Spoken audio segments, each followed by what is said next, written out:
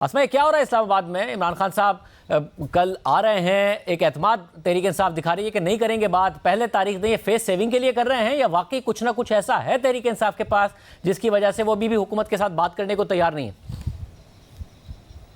देखिए, मेरे ख्याल है वो तैयार हो जाएंगे जल्द या बदेर। उनको एक फेस सेविंग चाहिए और उसके लिए सदर मुमलिकत काफ़ी रास्ता जो है वो हमवार कर रहे हैं। और हमारी इत्तला यही है कि जो लास्ट मीटिंग भी हुई है ज़मान पार्क में, उसमें भी सदर मुमलिकत ने यह बात कही है कि उनके गुड ऑफिसेज़ जो हैं वो इस काम के लिए इस्तेमाल हो सकती हैं। तो अब कम अज़ कम हुकूमत के साथ बात करने को आमादगी किसी हद तक जो है वो मशरूत ही सही, लेकिन वो सामने आ रही है। और आप देखिएगा कि कल के जो खिताब होगा इमरान खान साहब का, उसके अंदर भी एक टोन सेट की जाएगी और नैरेटिव जो है वो तब्दील करने की कोशिश की जाएगी। लेकिन ये इस काम आहिस्ता आहिस्ता होगा। डेफिनेटली फौरी तौर पर फेस सेविंग जो है वो पाकिस्तान तहरीक इंसाफ के पास इसके अलावा कुछ नहीं होगी कि वो अपने वोटर को ये ज़रूर तसल्ली दें कि वो हुकूमत के साथ बात किसी सूरत भी नहीं करेंगे। और जाहिर है कि इस मरहलावार जो चीज़ें होंगी उसके अंदर बहुत सी जो अहम जो सिग्निफिकेंट चीज़ें हैं, उसमें सबसे अहम चीज़ जो है वो सदर मुमलिकत की का गुड ऑफिस है। और उसके लिए मेरा ख्याल है कि एक ऑलरेडी एक जो CBM है वो इसहाक डार साहब ने तय कर दिया था। हमारी इत्तला है कि उस दिन जब ये बात हुई थी इकॉनमी और उसके साथ साथ ये साइन के हवाले से भी, समरी के ऊपर दस्तखत के हवाले से, इसके ऊपर भी बात की गई थी कि क्यों ना इस मामले को आगे बढ़ाया जाए और तहरीक इंसाफ की वापसी के लिए जो है वो भी एक माहौल जो है वो बनाया जाए और तैयार किया जाए।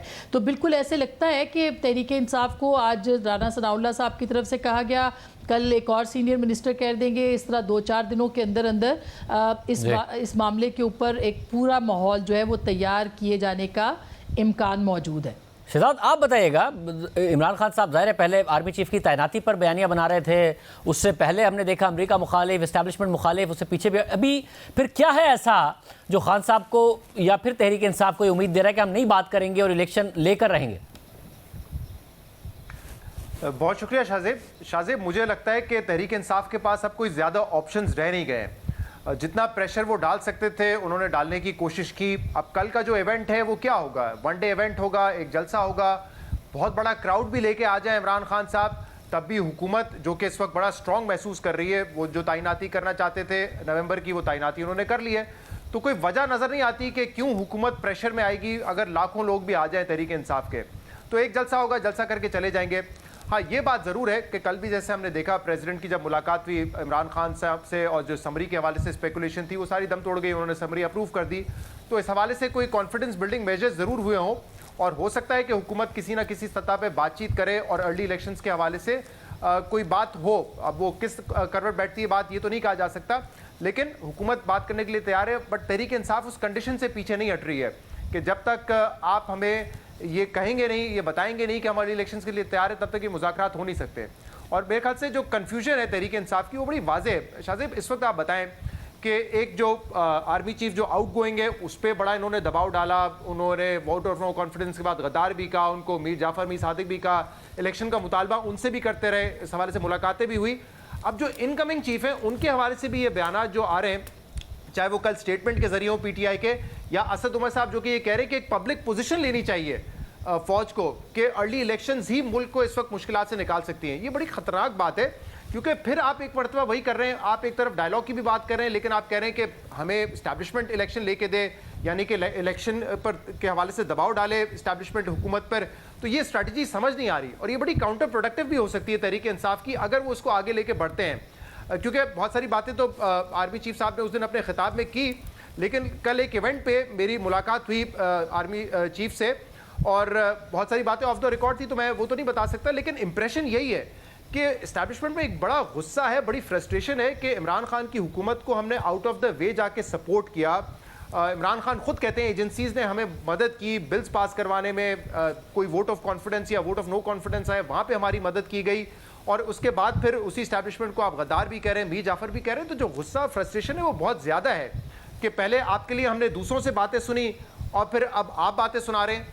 तो ये स्ट्रेटजी कि आप अगर इनकमिंग आर्मी चीफ से ये एक्सपेक्टेशन रखें कि वो दबाव डाल के इलेक्शन लेके देंगी, मेरे ख्याल से ये बड़ा खतरनाक है और इस तरफ नहीं जाना चाहिए तरीके इंसाफ को। पहले ही ऐसा लगता है कि सारे अंडे उन्होंने एक ही बास्केट में डाल दिए थे।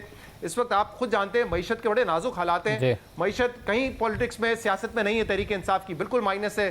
सिर्फ आर्मी चीफ की तैनाती पर उन्होंने अपनी सियासत को जो है रखा हुआ था, जो मुझे लगता है कि काउंटर प्रोडक्टिव साबित हुआ है। अगर मजीद करेंगे तो और नुकसानदेह साबित होगा। आसमा, आप समझती हैं कि जो मौजूदा आर्मी चीफ से शहजाद इकबाल साहब बता रहे हैं अहवाल मुलाकात का, और फिर जो एक सेंस है कि बहुत ज़्यादा इस बात पर नाराज़ी है जो कुछ इमरान खान साहब ने किया, मगर अगले आर्मी चीफ पर दबाव डालना शुरू कर दिया है कि जी आप करें, और ये एन आइनी है, गैर आइनी मुतालबा कर रहे हैं और उसको आइनी कह रहे हैं। ये इसमें कोई कामयाबी हो सकती है? क्योंकि शामिल कुरैशी साहब का मैंने स्टेटमेंट देखा कि जब लोग आएंगे पिंडी में, वो कह रहे हैं, फिर कैसे इस बात को इग्नोर किया जा सकता है? कोई क्राउड से इम्प्रेस कर दें या फिर दबाव डाल दें, ये मुमकिन है?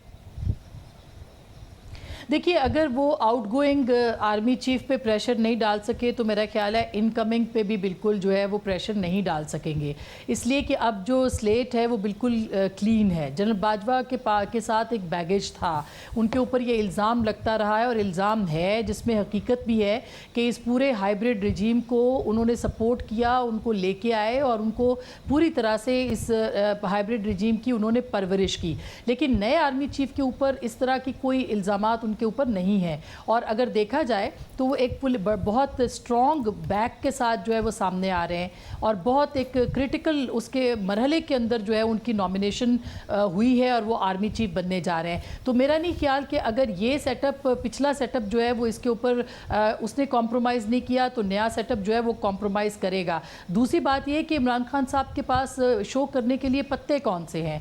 इमरान खान साहब ने जितने मुतालबे किए वो तमाम के तमाम मुतालबे जो हैं वो नाकाम हुए हैं। अगर देखा जाए तो वो स्ट्रीट पावर शो करने में भी नाकाम रहे, जो कि उनका एक तुर्रा इम्तियाज़ समझा जाता था। अगर देखा जाए तो आर्मी चीफ की तैनाती के हवाले से उनके मुतालबात भी मुस्तरद हुए, उनको नाकामी हुई। अगर देखा जाए तो पीडीएम गवर्नमेंट जो है उसने इस क्राइसिस के अंदर अपने आप को बहुत मजबूत तरीके से पेश किया है, और अगर देखा जाए तो इस मुआशी क्राइसिस के अंदर भी इस्टेब्लिशमेंट या रियासत जो है वो पूरी तरह से डिपेंडेंट है इस वक्त की जो कॉलिशन गवर्नमेंट है जिसमें 9 जमातें हैं और उनके पास भी वोट बैंक है। तो मेरा ख्याल है कि किसी किस्म का कोई प्रेशर पॉलिटिकल गवर्नमेंट के ऊपर भी नहीं है और इस्टेब्लिशमेंट के ऊपर भी नहीं है। जो प्रेशर था वो निकल गया है, और इसके बाद इमरान खान साहब को फेस सेविंग चाहिए होगी।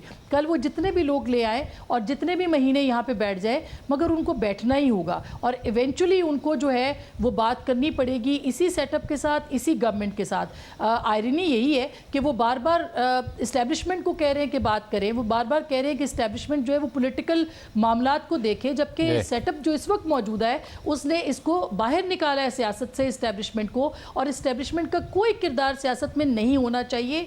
इस नैरेटिव को, इस बयानिए को तकवीयत मिली है, तो मेरा नहीं ख्याल कि इमरान खान साहब ज़्यादा ब्लैकमेल कर सकेंगे। शायद आपको भी लग रहा है फिर कल का इवेंट एक वन डे इवेंट होगा और उसके बाद एक हतमी तौर पर यही होगा कि तहरीक इंसाफ पार्लियामेंट में आ रही होगी या मुज़ाकरात कर रही होगी किसी भी फेस सेविंग के तहत? जी देखें, वैसे तो काफ़ी सस्पेंस रखने की कोशिश की। असद उमर साहब कह रहे हैं कि अगर स्टेडियम में 30,000 बंदा मैच देख सकता है तो बाहर भी बैठा होगा, यानी कि वो कह रहे हैं कि मैच क्योंकि फर्स्ट को शुरू होना है तो अगर हम फर्स्ट को यहाँ बैठे हुए हों 3-4 दिन बाद भी तो कोई इशू नहीं होना चाहिए। लेकिन ये सिर्फ बातें हैं। पंजाब में उनकी अपनी हुकूमत है, जिस जगह पे वो धरना या जलसा करने जा रहे हैं वहाँ पे एडमिनिस्ट्रेशन ने उनको एक दिन जलसा करने की इजाज़त दी है।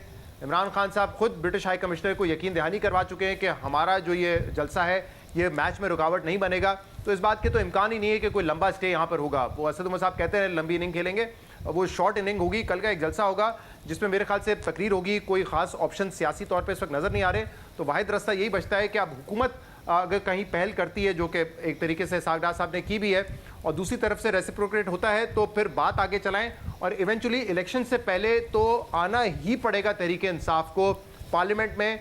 अगर आपने कैसे केयरटेकर सेटअप तय करना है, आपने बाकी मामलात को तय करना है, तो ऐसा हो नहीं सकता कि वो पार्लियामेंट से बाहर बैठ के इन मामलात को हल करें, वरना वही होगा जैसे आपने देखा कि इलेक्शन कमिश्नर के 2 मेंबरान थे वो भी इस वक्त पार्लियामेंट ने लगा लिए अपनी मर्जी से, क्योंकि एक वहाँ पे भी बराए नाम ऑपोजिशन मौजूद है, और जो चेयरमैन वाला मामला था वो भी उन्होंने खुद कर लिया, तो इसलिए चेयरमैन नैब वाला मामला, तो फिर इसलिए मेरे ख्याल से ये हो नहीं सकता कि तहरीक इंसाफ इलेक्शन से पहले पार्लियामेंट से बाहर है। इवेंचुअली उनको आना ही पड़ेगा पार्लियामेंट में।